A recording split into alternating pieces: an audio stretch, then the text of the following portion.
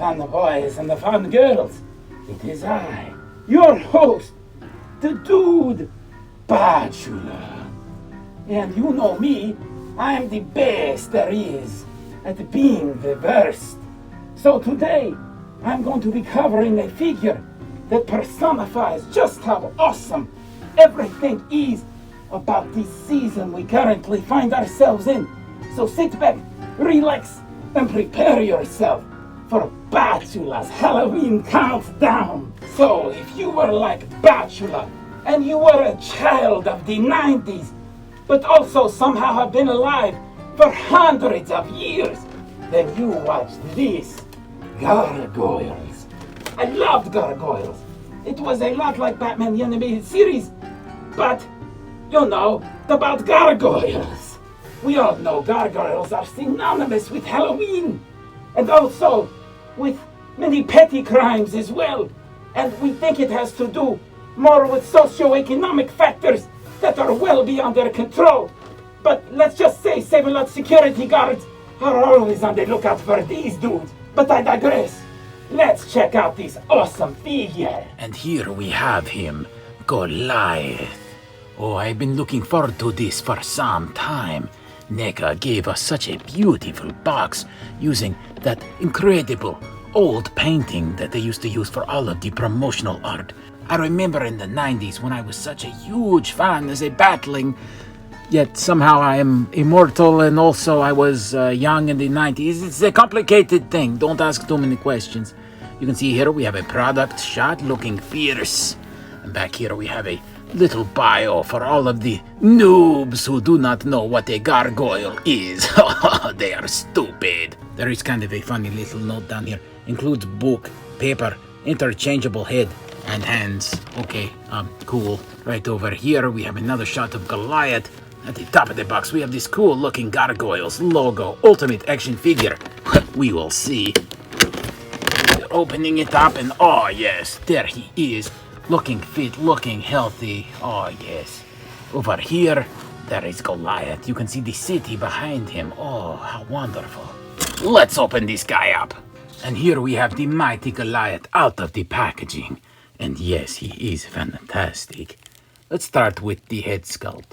This is exactly what you may remember from the old Disney animated series. This is so cool looking, and it's so accurate to the animation. By far, this is the most accurate thing when it comes to the figure about the actual animated series. Because once you go from the head and you look at the rest of the body, you may find that Goliath is a lot more detailed than you may remember from that old show. So I do like that this is a kind of revisionist take on the Gargoyles. I mean, it's completely traditional in just like the choices that they made about him.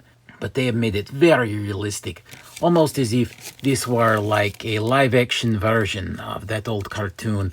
So I think that is very wise. We can't talk about the rest of the figure without talking about these massive wings, which are poseable, and they can, of course, be rotated around just like this. They appear to be in pretty well.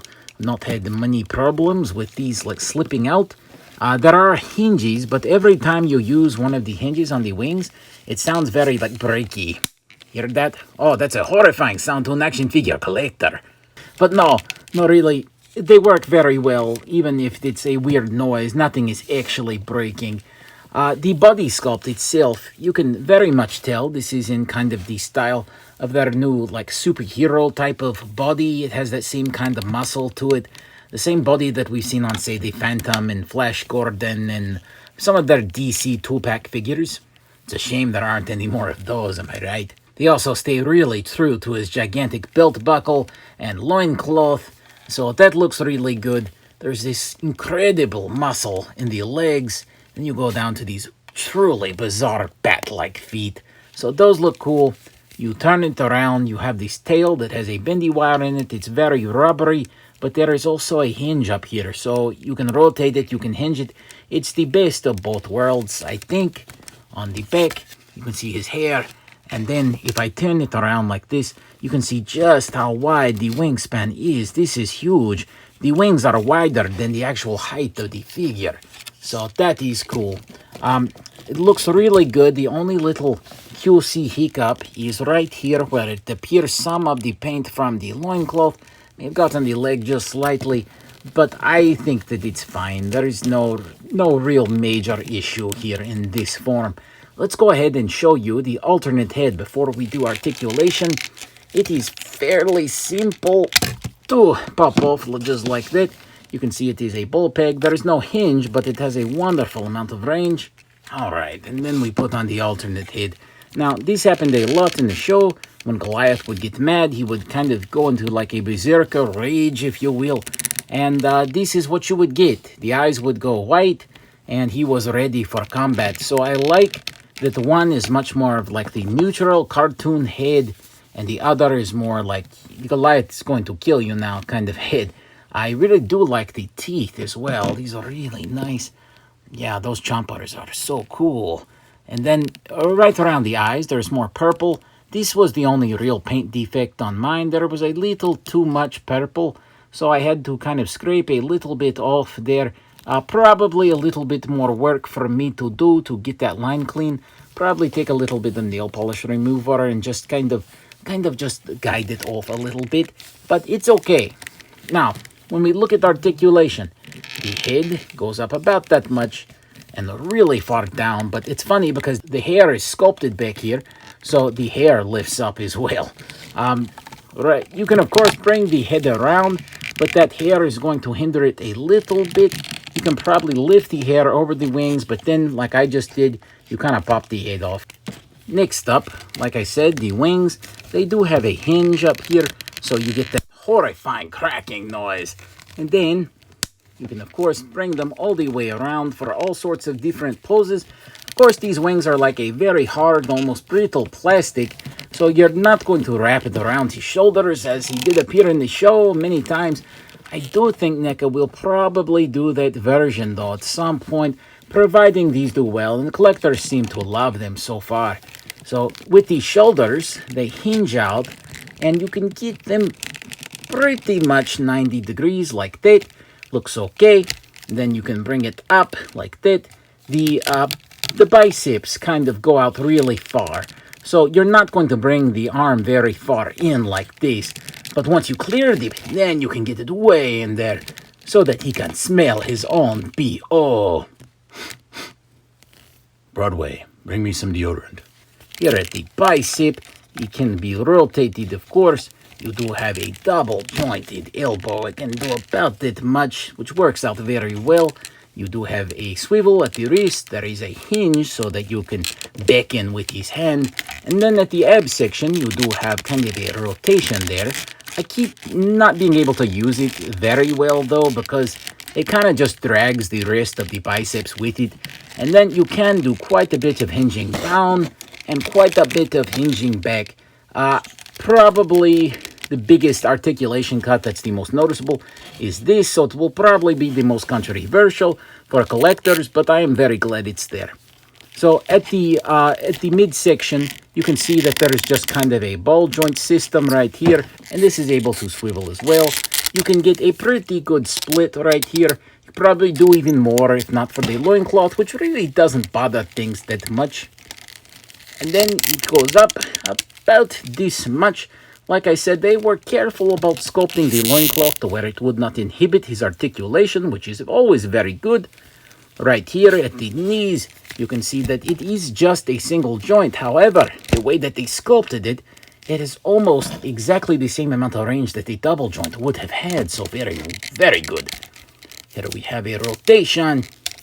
Right here we have a hinge here, and even some ankle pivot.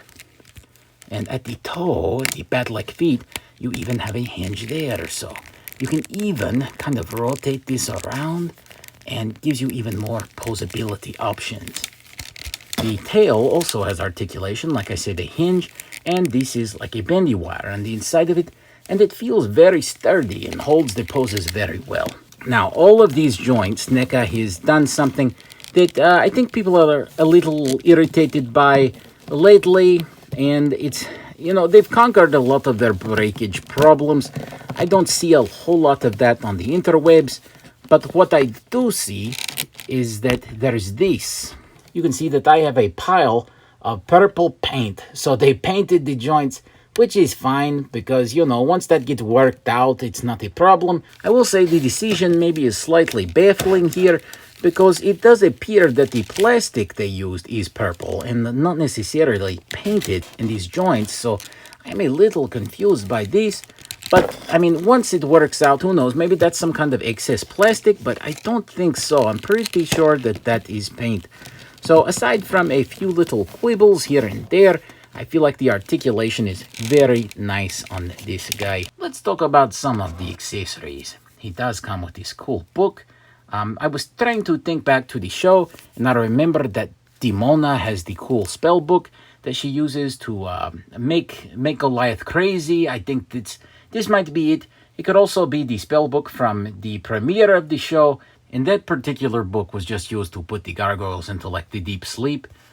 This is probably the funniest accessory. This is the funny jalapeno pepper that he actually eats, and Goliath takes one bite and he yells. It's kind of a comic relief thing. None of the hands hold it very well, so it's kind of funny, but it is just kind of like a silly like nod to an episode. So it is cool, and it shows that they're willing to go, I think, very deep into some very funny little references. He also comes with some cool alternate hands. You have this more clasped hand right here. You do have a couple of fists as well. So if you want to use those, it's very possible. Just for a scale comparison, to stand him up, it is kind of difficult because his feet don't really allow it too well, because you can see that instead of going flat-footed, he always has this arch right here. And I think that the idea is that you're supposed to bend the legs and then arch down the feet, and he will balance like that. And I think that that is very optimistic on the part of Neca. I mean, I think that it works out pretty well, but the truth is that I'm not sure it would work if not for the tail in the background. And you can see that the tail is kind of balancing him. If I really wanted to work with it, I could take this and I could kind of flex it to the side like that. And it works a little bit better. He becomes a little more flat-footed. But like I said, if the tail wasn't there though, I just don't know if it would work. So with that in mind, I'm going to put the Frankenstein monster right here beside of him.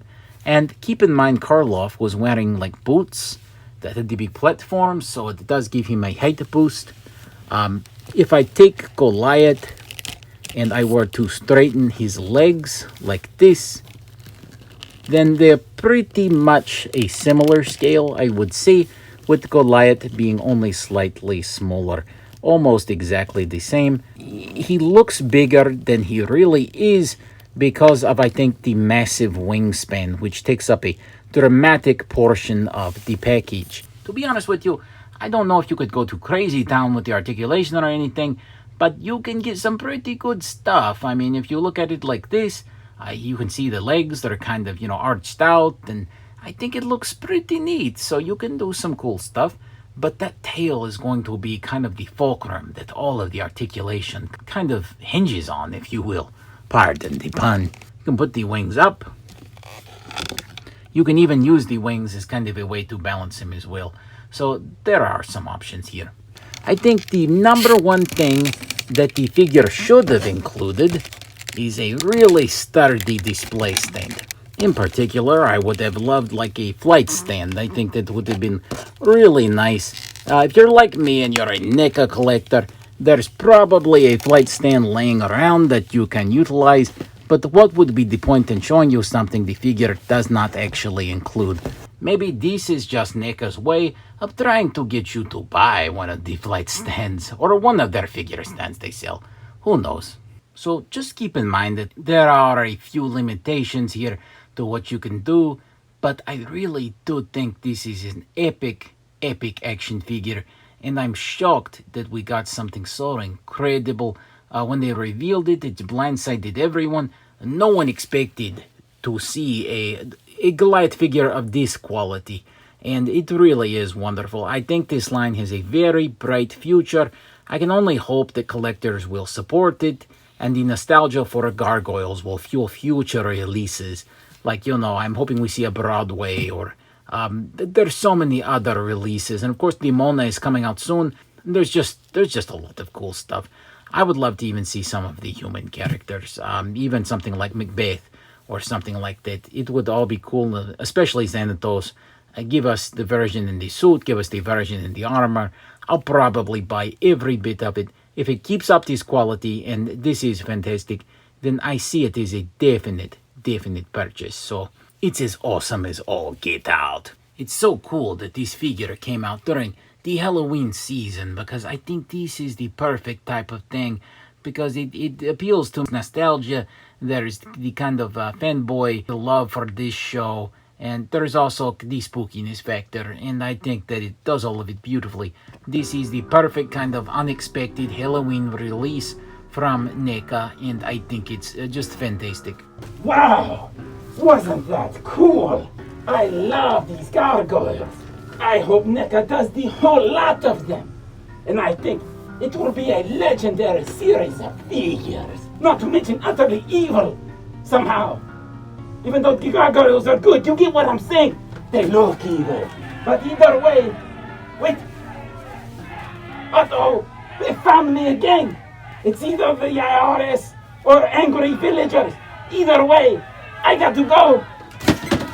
But they won't find me so easy this time.